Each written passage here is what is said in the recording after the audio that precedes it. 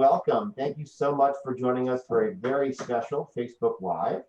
My name is Jeff Ludwig. I'm the Director of Education and delighted to pass much of this program on to Zach Finn, the Education and Outreach Coordinator here at the museum, and Reagan Graney, one of my favorite people that I've had the pleasure and privilege of working with over the last 5 years, who came up as a teen volunteer intern. Zach's going to give you her whole biography, but we invite you to join us for a conversation with a remarkable young woman who's given us a series of excellent fictional stories telling and enriching our understanding of the life of Fanny Seward, the daughter of Mr. and Mrs. Seward.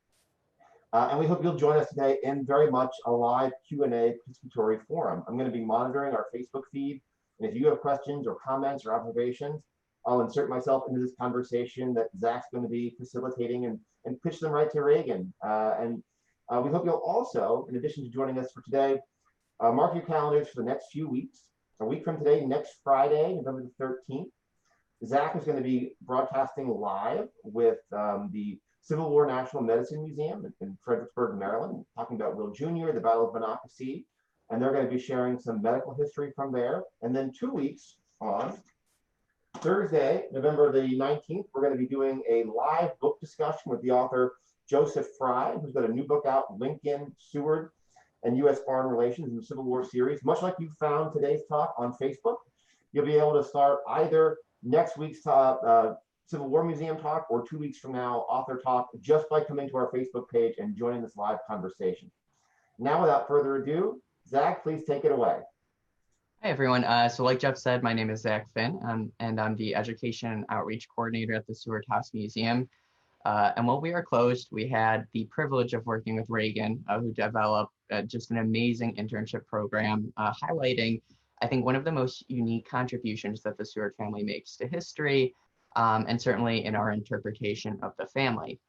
So they were prevalent writers. They wrote letters to each other, they wrote journals, they wrote books, really any historian's dream when you're trying to dive into the mind of a 19th century family like the Sewards. And of course, one such author who took inspiration from probably one of everyone's favorite writers when they visit the Seward House Museum, Fanny Seward, was our former teen volunteer, intern, and Auburn native, Reagan Graney. So in collaboration with the education department, Reagan, who is a senior at Georgetown, an English major with a specialization in creative writing and children's literature, wrote and developed a story based on Fanny Seward, which can be accessed above. And of course, the target audience was 4th and 5th grade. And this was really a great way to delve into some important historic topics that Reagan was able to do through historical fiction. And like I said, this is just an outstanding project. Even if you're not 4th and 5th grade, go through and read each of the chapters, which Reagan will introduce you to momentarily. Just excellent writing, excellent story, and there's a lot to learn from it. So with that quick introduction, before we start talking about your work, Reagan, do you mind introducing yourself a little bit more in depth, talking about how you became familiar with the Seward House Museum, with the family, and then lastly, what drew you to writing? Yeah, thank you so much for that intro, Zach. Hi, everyone. My name is Reagan. As Zach said, I'm currently a senior at Georgetown University. I'm in DC right now, but I grew up in Auburn, history's hometown, and I've always been drawn to the Seward family and the Seward House. I started volunteering there in 2016, and it was wonderful. I did the general job of sweeping tours and helping with the front desk. And from there, I learned a lot about the Sewards and decided to intern there as an education intern, working with Jeff and Zach. I did that in 2018, and then I returned this year in 2020, working on a few different projects, usually relating to the women of the Seward family. And one of my favorite members of the family has always been Fanny Seward. I think that she is just a phenomenal, inspirational source of history, honestly. She was compassionate and talented. I'm really drawn to her because she was a writer and a reader like myself.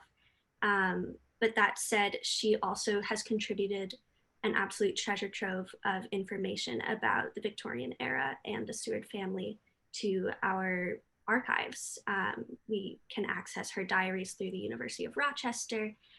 We have all of her books still preserved in the Seward House. It's my favorite section in the library there.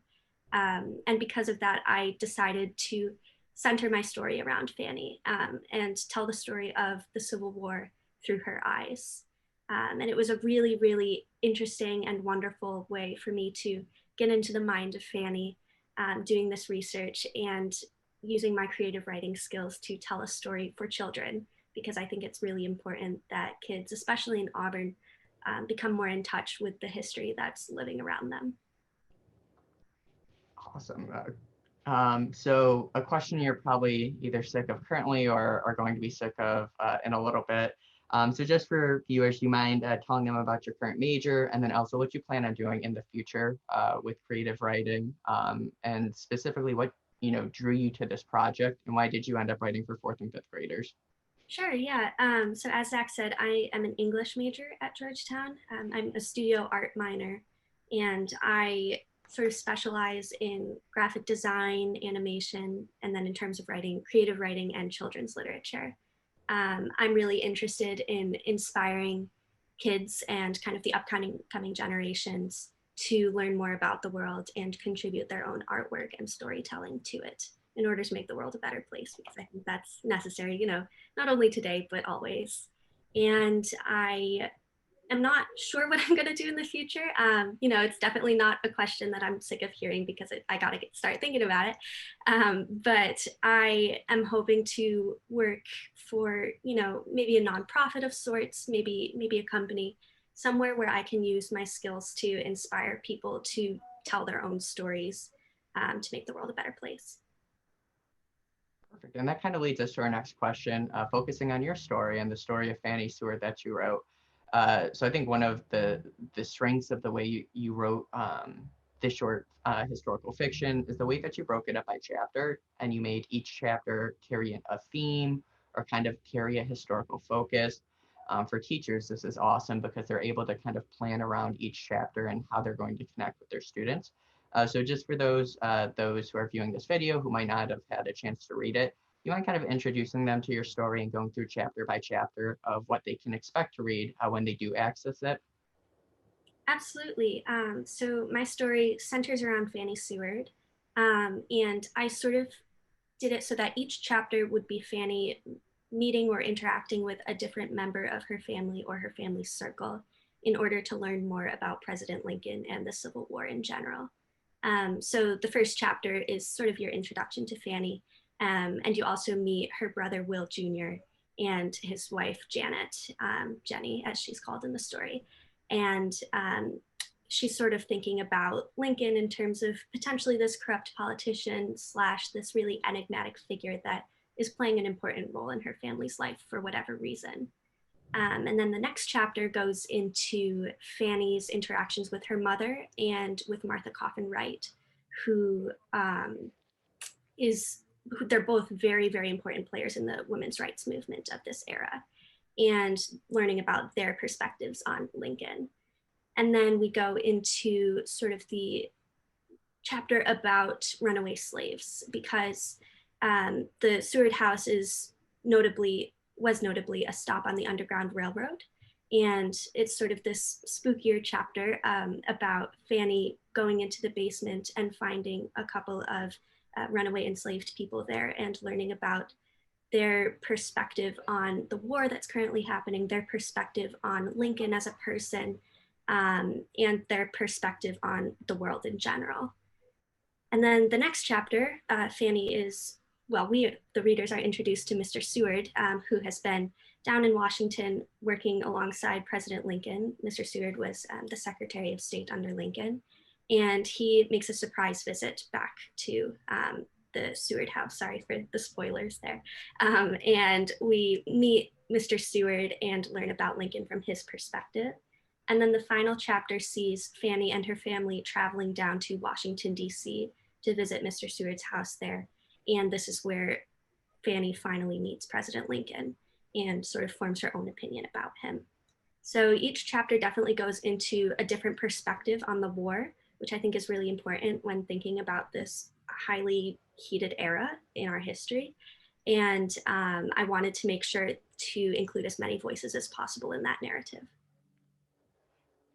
And along with focusing on the war, I think one of the things that each chapter does is you see a different perspective of Lincoln, and you see Fanny Seward trying to make sense of it and trying to understand, how one historical figure can have, so many different opinions about him.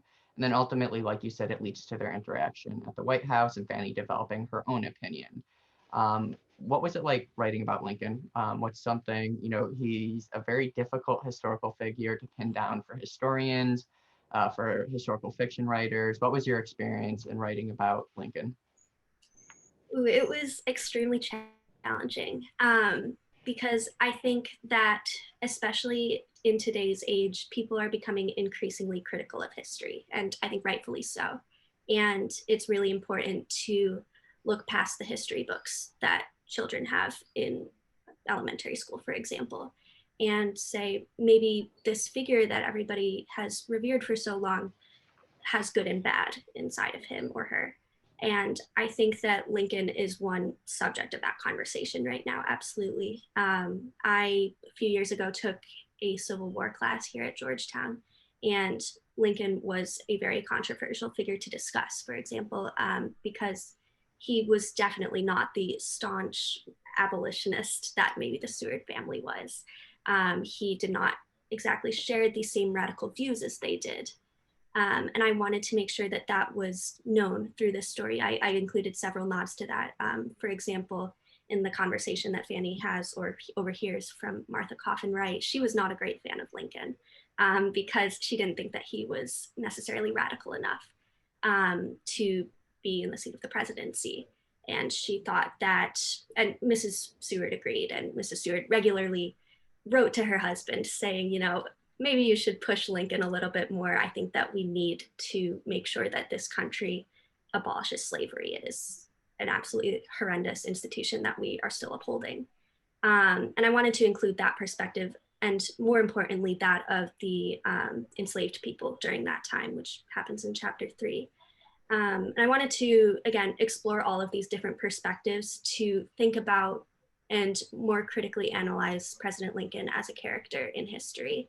And that said, of course, I think that President Lincoln deserves much of the recognition that he has. I think that even though he is controversial and has perhaps these darker sides of his character, he did a lot for this country, and his role in the Civil War, because of course of his privileged position of power, he was able to bring an end to the war and set up the path to the end of slavery. And I think that we should practice recognizing the good and bad in all people. And that's sort of the major takeaway that I wanted people to take from this story, that of course, President Lincoln was a great man. He was not a perfect man, but he still, of course, was a good man. Awesome. And I remember one of our early conversations when we were plotting out this project, one of the big focuses or one of the things that we wanted to include is, it's not only a historical narrative that you are writing, not only historical fiction, but also, this helps students practice empathy. This helps students, think about how other people are thinking. It's one of the things that makes reading so great and writing so important. So as you were developing this, thinking about it in a classroom setting, what was it like, not only were you writing the historical fiction, this story, but you were also developing classroom activities around these. You were designing this as a resource kit that teachers could use in their classroom, whether it's on-site, whether it's hybrid, whether it's digital. So what did you find most difficult about that process, writing and creating classroom guides? And then also, what did you learn or what did you find most rewarding about it? Definitely. It was really hard developing the classroom activities around this story. And I think because I've been in college for a few years now, and I have been doing some really rigorous writing and really challenging writing in the past few years. And I remember, for example, every time that I would create an activity, I would show it to my mom and ask for her opinion on it. And a lot of times she would tell me, fourth and fifth graders are not going to be able to answer these questions. They're just way too hard.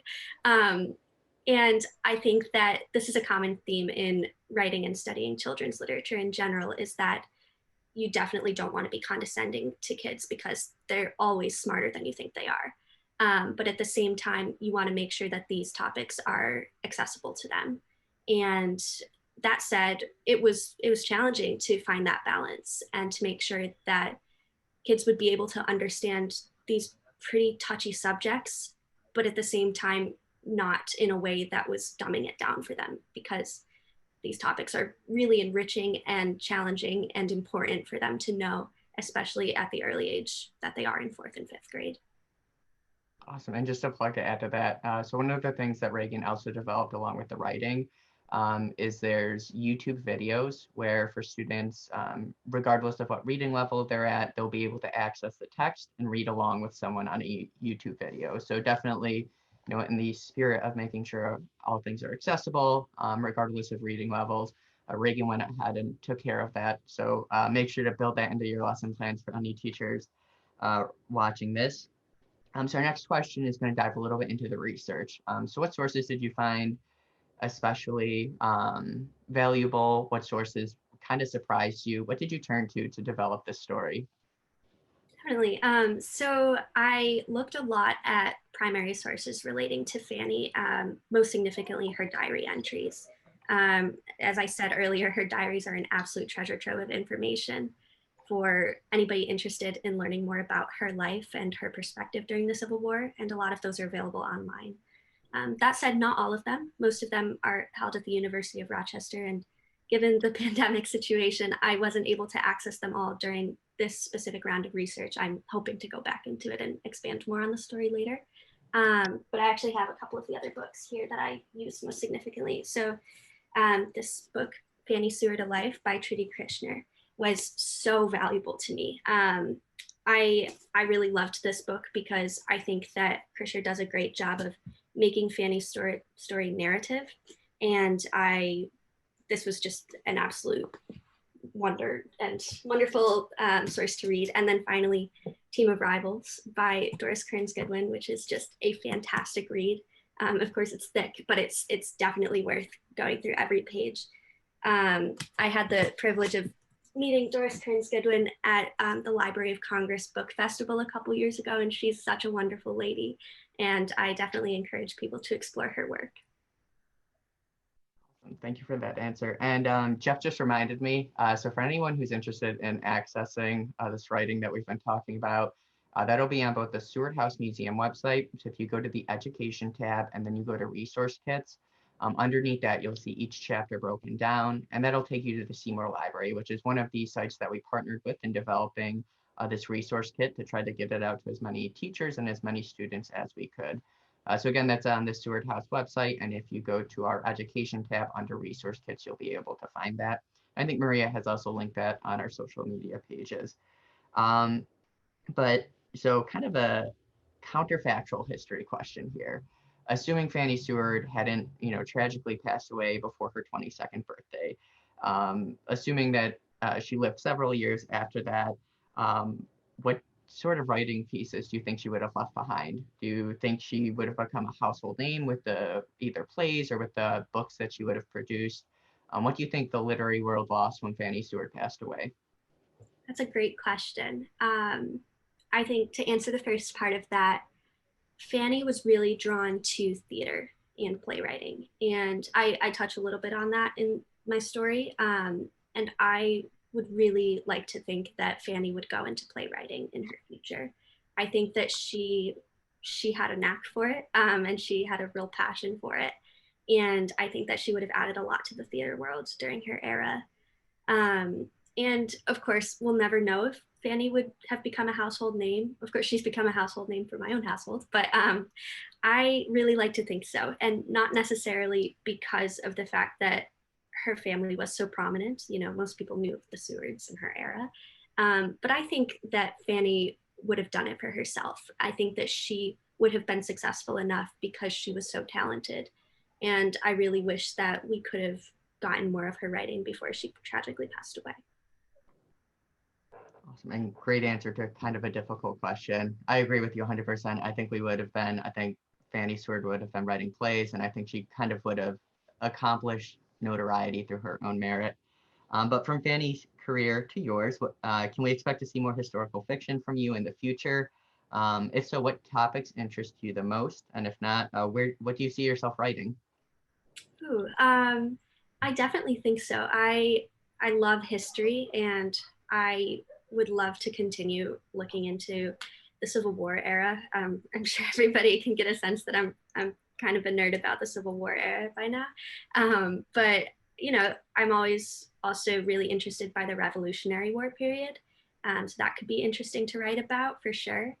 And yeah, I'm hoping to expand this story, particularly my Fanny story, and looking into a little bit past the era, maybe where she meets Lincoln, and into the rest of her experience in Washington. You know, directly after that meeting of between her and Lincoln, she experienced quite a bit of the battlefield and kind of what the atmosphere was like in Washington, D.C. during the Civil War. So I think that that would be really interesting to continue writing about in a narrative sense. Awesome. And you already mentioned one here, but what are some authors or storytellers that inspire you the most? Or like, who did you base this writing off of? Who are you looking to constantly? Um, So I based a lot of this writing off of the Trudy Krischer book, as I said. It was a struggle not to kind of her writing's beautiful, and I really appreciated the way that she was able to take Fanny's diary entries and turn them into a story. And so it was a challenge to come up with my own creative ways of interpreting that. Um, at the same time, I'm very into F. Scott Fitzgerald right now because I'm taking a class on Fitzgerald, and we're doing a really deep dive into Gatsby. And I think that Fitzgerald's writing is beautiful, and the way that he plays with words is remarkable. And I think he's pretty inspiring also because Gatsby didn't do great when it was first released, but it did eventually in the future. I think that's always fun to hear about an author who writes something that maybe he's not super proud of in the moment, but eventually it gains a lot of traction. And apart from that, I am really inspired by all different types of storytelling, and that includes, you know, photography.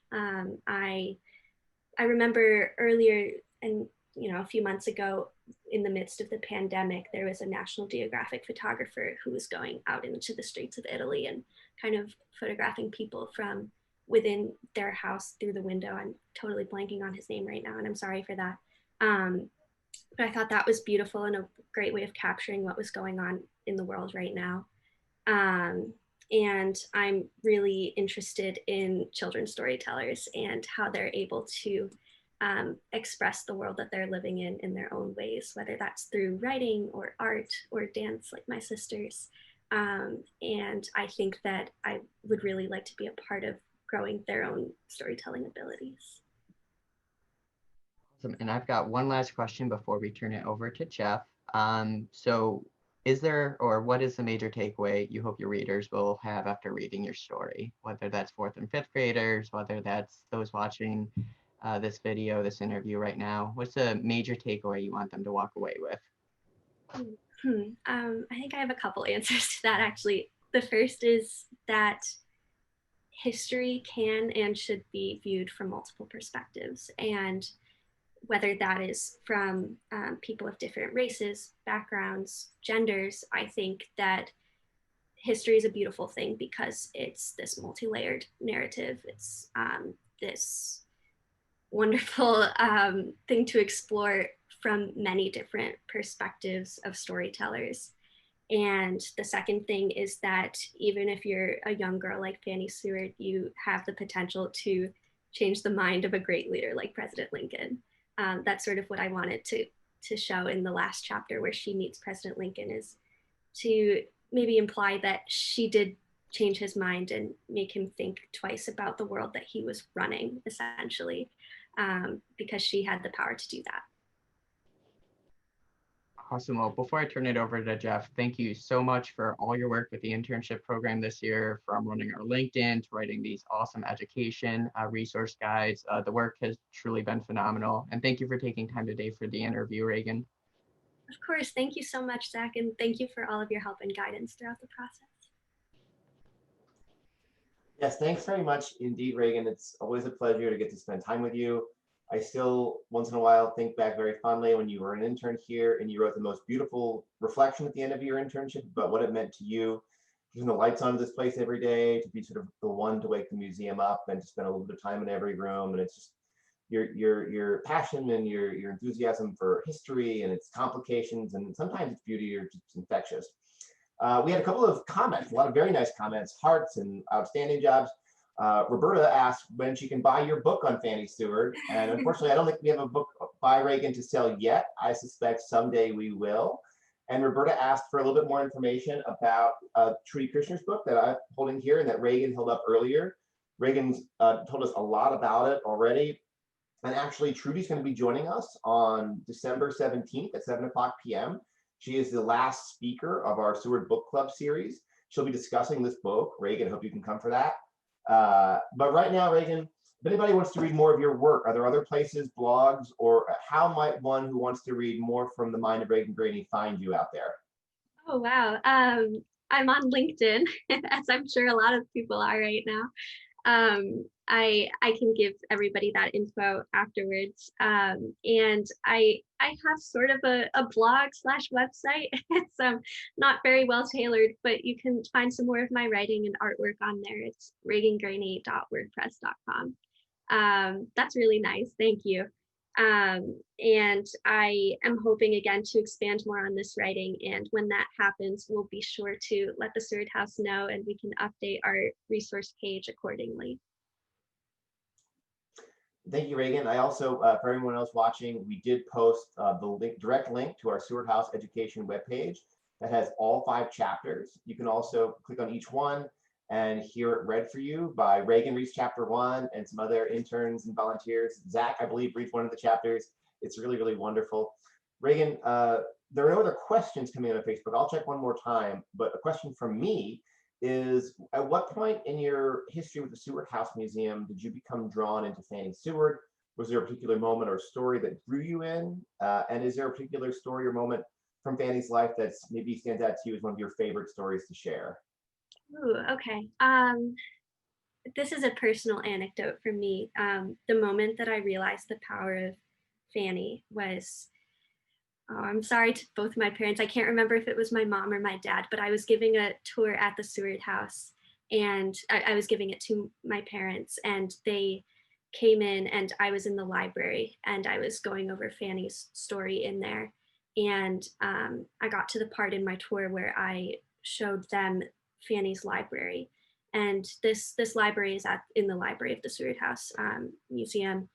And it was placed there by Mr. Seward himself after Fanny passed away.